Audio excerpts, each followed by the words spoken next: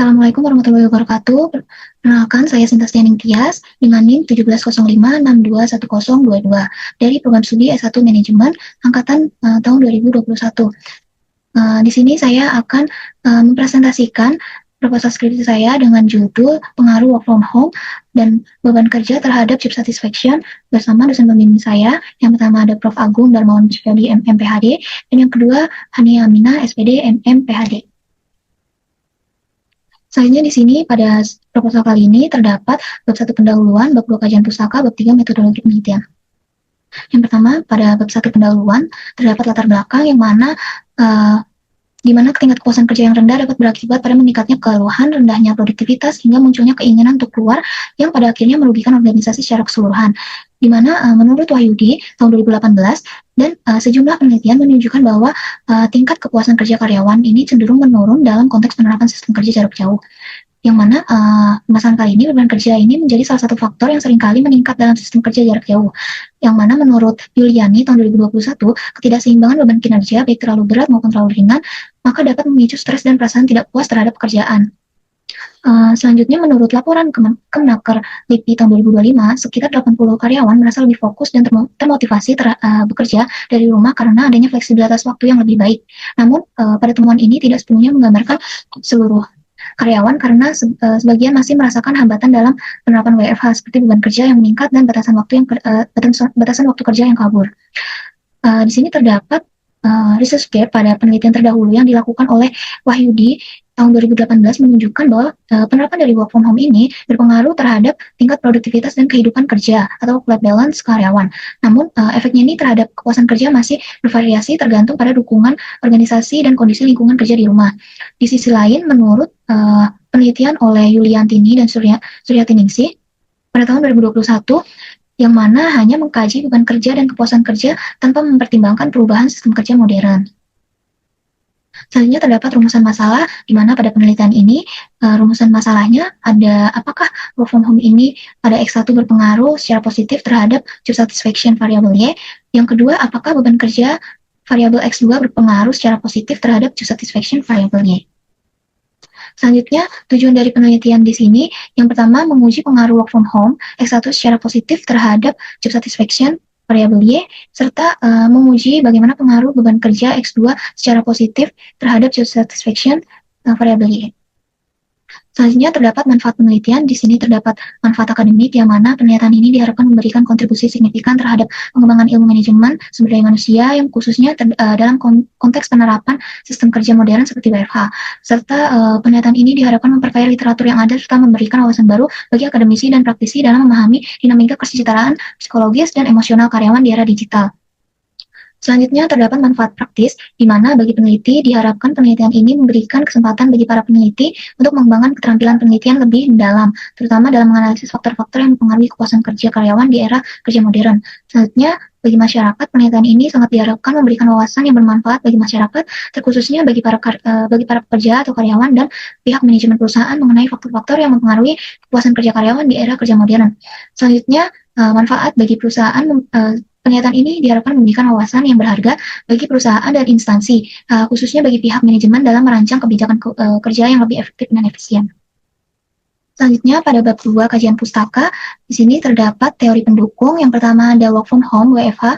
Teori work from home ini diperkenalkan pertama kali oleh Nobel Winner tahun 1950 dalam buku yang berjudul The Human Use of Human Beings, Cybernetics and Society, dan menggunakan istilah telework. Nah, dalam penelitian ini, WFH ini dipandang sebagai bentuk transformasi kerja yang menuntut kesiapan organisasi dalam menyediakan dukungan teknologi, komunikasi yang efektif, serta sistem evaluasi kerja yang adaptif agar produktivitas karyawan tetap optimal.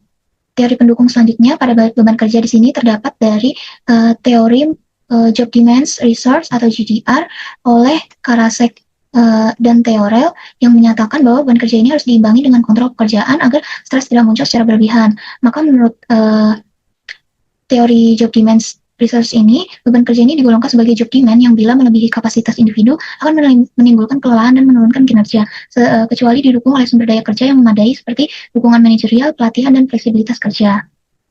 Selanjutnya, untuk teori pendukung ketiga yaitu ada job satisfaction, di mana Job satisfaction ini menggunakan teori dua faktor atau two-factor theory oleh Frederick Hausberg tahun 1959, yang mana yang membedakan antara faktor-faktor yang menyebabkan kepuasan motivator dan faktor-faktor yang hanya mencegah ketidakpuasan atau hygiene. Maka dari itu, kepuasan kerja ini dapat dipahami sebagai faktor kunci yang menentukan bagaimana individu menilai dan merespon pekerjaannya, yang pada akhirnya berdampak pada semangat kerja, keterlibatan, dan komitmen terhadap organisasi. Selanjutnya, di sini terdapat pengembangan hipotesis, yang mana menurut Suryanto tahun 2024 mengemukakan bahwa work from home ini berpengaruh terhadap beban kerja. Yang kedua, menurut Fauzi tahun 2022, work from home memiliki pengaruh positif terhadap kepuasan kerja karyawan.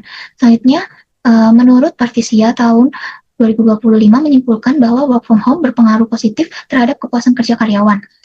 Selanjutnya, menurut Nabila dan Syarfina tahun 2022 juga mengungkapkan bahwa beban kerja ini memiliki pengaruh positif terhadap kepuasan kerja. Selanjutnya, menurut Monimbar tahun 2022, beban kerja ini memiliki pengaruh positif terhadap kepuasan kerja karyawan. Selanjutnya, terdapat kerangka berpikir dan hipotesis dari penelitian ini, yang mana H1 terdapat work from home atau X1 berpengaruh secara positif terhadap job satisfaction variabel Y. Yang kedua, atau H2, beban kerja X2 ini berpengaruh secara positif terhadap job satisfaction atau variabel Y. Selanjutnya, bab 3, metode penelitian, di mana waktu dan tempat penelitian itu memerlukan proses yang dibutuhkan peneliti untuk melaksanakan penelitian selama 5 bulan, yakni bulan Mei tahun 2025 sampai Oktober 2025. Lamanya waktu tersebut menjadi waktu yang tepat bagi peneliti untuk memproses penelitian. Selanjutnya, untuk tempat penelitian di sini pemilihannya di wilayah Jakarta, dilakukan di wilayah Jakarta ini karena kota ini merupakan pusat aktivitas ekonomi, bisnis, dan sosial yang dinamis, serta menjadi tempat beroperasinya banyak perusahaan dan instansi yang menerapkan sistem work from home. Dan selanjutnya terdapat populasi. Di sini populasi pada penelitian ini merupakan seluruh karyawan di perusahaan yang berada di wilayah Jakarta, di mana populasi ini termasuk dalam kategori populasi tidak terbatas atau infinite population, karena jumlah karyawan yang menjalankan sistem WFH ini dan memiliki variasi beban kerja tidak dapat ditentukan secara pasti, mengingat kondisi dan jumlah karyawan dapat berubah sering waktu, tergantung pada kebijakan perusahaan dan kebutuhan operasional yang berlaku. Selanjutnya, pada sampel penelitian ini menerapkan metode non-probability sampling, yakni teknik mengambil sampel di mana setiap anggota populasi tidak memiliki kesempatan yang sama untuk menjadi responden. Maka dari itu, pemilihan sampel ini dilakukan dengan teknik purposive sampling, yang mana memilih ini karena pengambilan sampel ini didasarkan pada karakteristik yang dianggap sesuai dengan kebutuhan studi. Selanjutnya, untuk jumlah sampel dalam penelitian ini ditetapkan dengan mempertimbangkan metode non-probability sampling melalui teknik purposive sampling, yaitu pemilihan responden yang memenuhi kriteria tertentu sesuai tujuan penelitian. Di mana untuk sampel di sini, berdasarkan ketentuan, penelitian ini memiliki konstruk dengan indikator sebanyak 18 butir, maka jumlah sampel minimum yang disarankan sebanyak 180 responden. Selanjutnya, terdapat desain penelitian, di mana penelitian ini menggunakan pendekatan kuantitatif untuk menguji hubungan antara variabel dalam penelitian ini dengan menggunakan software SmartPLS versi 4. Untuk pengumpulan datanya ini, penelitian ini mengumpulkan data melalui penyebaran angket atau kuesioner kepada responden sebagai instrumen utama pengumpulan data ini melalui media sosial. Selanjutnya, untuk teknik analisis data, di mana seluruh proses analisis ini menggunakan perangkat lunak SmartPLS versi 4 dan Microsoft Excel. Yang pertama, di sini terdapat analisis statistik deskriptif, di mana analisis ini digunakan untuk memberikan gambaran umum dan menyeluruh terhadap data yang diperoleh dalam penelitian ini. Dan analisis ini juga mencakup ukuran pemusatan data seperti rata-rata, nilai tengah, dan nilai yang paling sering muncul, serta ukuran penyebaran seperti standar deviasi, variance, dan rentang atau range. Selanjutnya, untuk model pengukuran atau outer model, di sini model yang digunakan untuk menjelaskan antara variabel laten atau konstruk dengan indikator-indikatornya, yang mana dalam outer model ini terdapat uji validitas. Pada uji validitas ini dilakukan untuk memastikan bahwa kuesioner yang dilakukan benar-benar mengukur apa yang harusnya diukur. Dalam pengujian validitas ini perlu memeriksa hubungan antara indikator-indikator variabel yang diukur. Maka dari itu terdapat dua kriteria dalam menguji validitas pada model pengukuran, yaitu ada validitas konvergen dan validitas diskriminan. Selanjutnya ada uji reliabilitas, di mana suatu kuesioner ini dikatakan reliable apabila jawaban responden terhadap pernyataan yang diberikan menunjukkan konsistensi dari waktu ke waktu. Maka dalam pengujian reliabilitas ini, pada konstruk dengan indikator relatif, terdapat dua metode yang digunakan, yaitu composite reliability dan Cross-Brand alpha. Maka sebuah konstruk dikatakan reliable jika nilai composite dan Cross-Brand alpha ini lebih besar dari 0,7 untuk penelitian konfirmatori, namun pada penelitian yang bersifat eksploratori, nilai di antara 0,6 hingga 0,7 masih dianggap layak untuk diterima. Selanjutnya terdapat evaluasi inner model, di mana model struktural atau inner model ini digunakan untuk memprediksi hubungan kasual antara variabel laten dengan menggunakan metode bootstrapping, di mana evaluasi model ini dilakukan untuk beberapa tahapan seperti uji kolineritas, uji signifikansi menggunakan koefisien jalur, serta pengujian nilai R-square.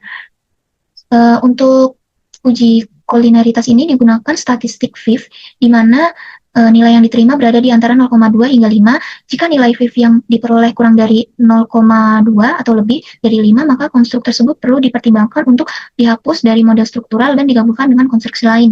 Selanjutnya untuk uji krusialsi ini bertujuan untuk mengetahui apakah variabel eksogen berpengaruh terhadap variabel endogen yang dilakukan dengan menggunakan statistik T berdasarkan estimasi koefisien jalur atau head koefisien.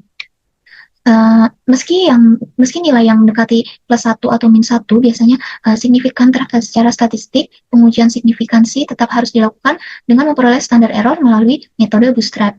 Selanjutnya, nilai R-square berada dalam rentang 0 hingga 1, di mana semakin tinggi nilai R-square, maka tingkat akurasi prediksi model juga semakin baik. Kriteria nilai R-square ini dikategorikan sebagai 0,75, yang mana menunjukkan kategori tinggi, 0,5 di kategori sedang, dan 0,25 di kategori rendah. Selanjutnya, untuk uji hipotesis, di mana uji hipotesis ini dilakukan untuk menguji apakah terdapat perbedaan atau hubungan yang signifikan antara variabel-variabel dalam penelitian ini. Pengujian ini juga dilakukan dengan menggunakan uji T sesuai dengan jenis data dan tujuan penelitian.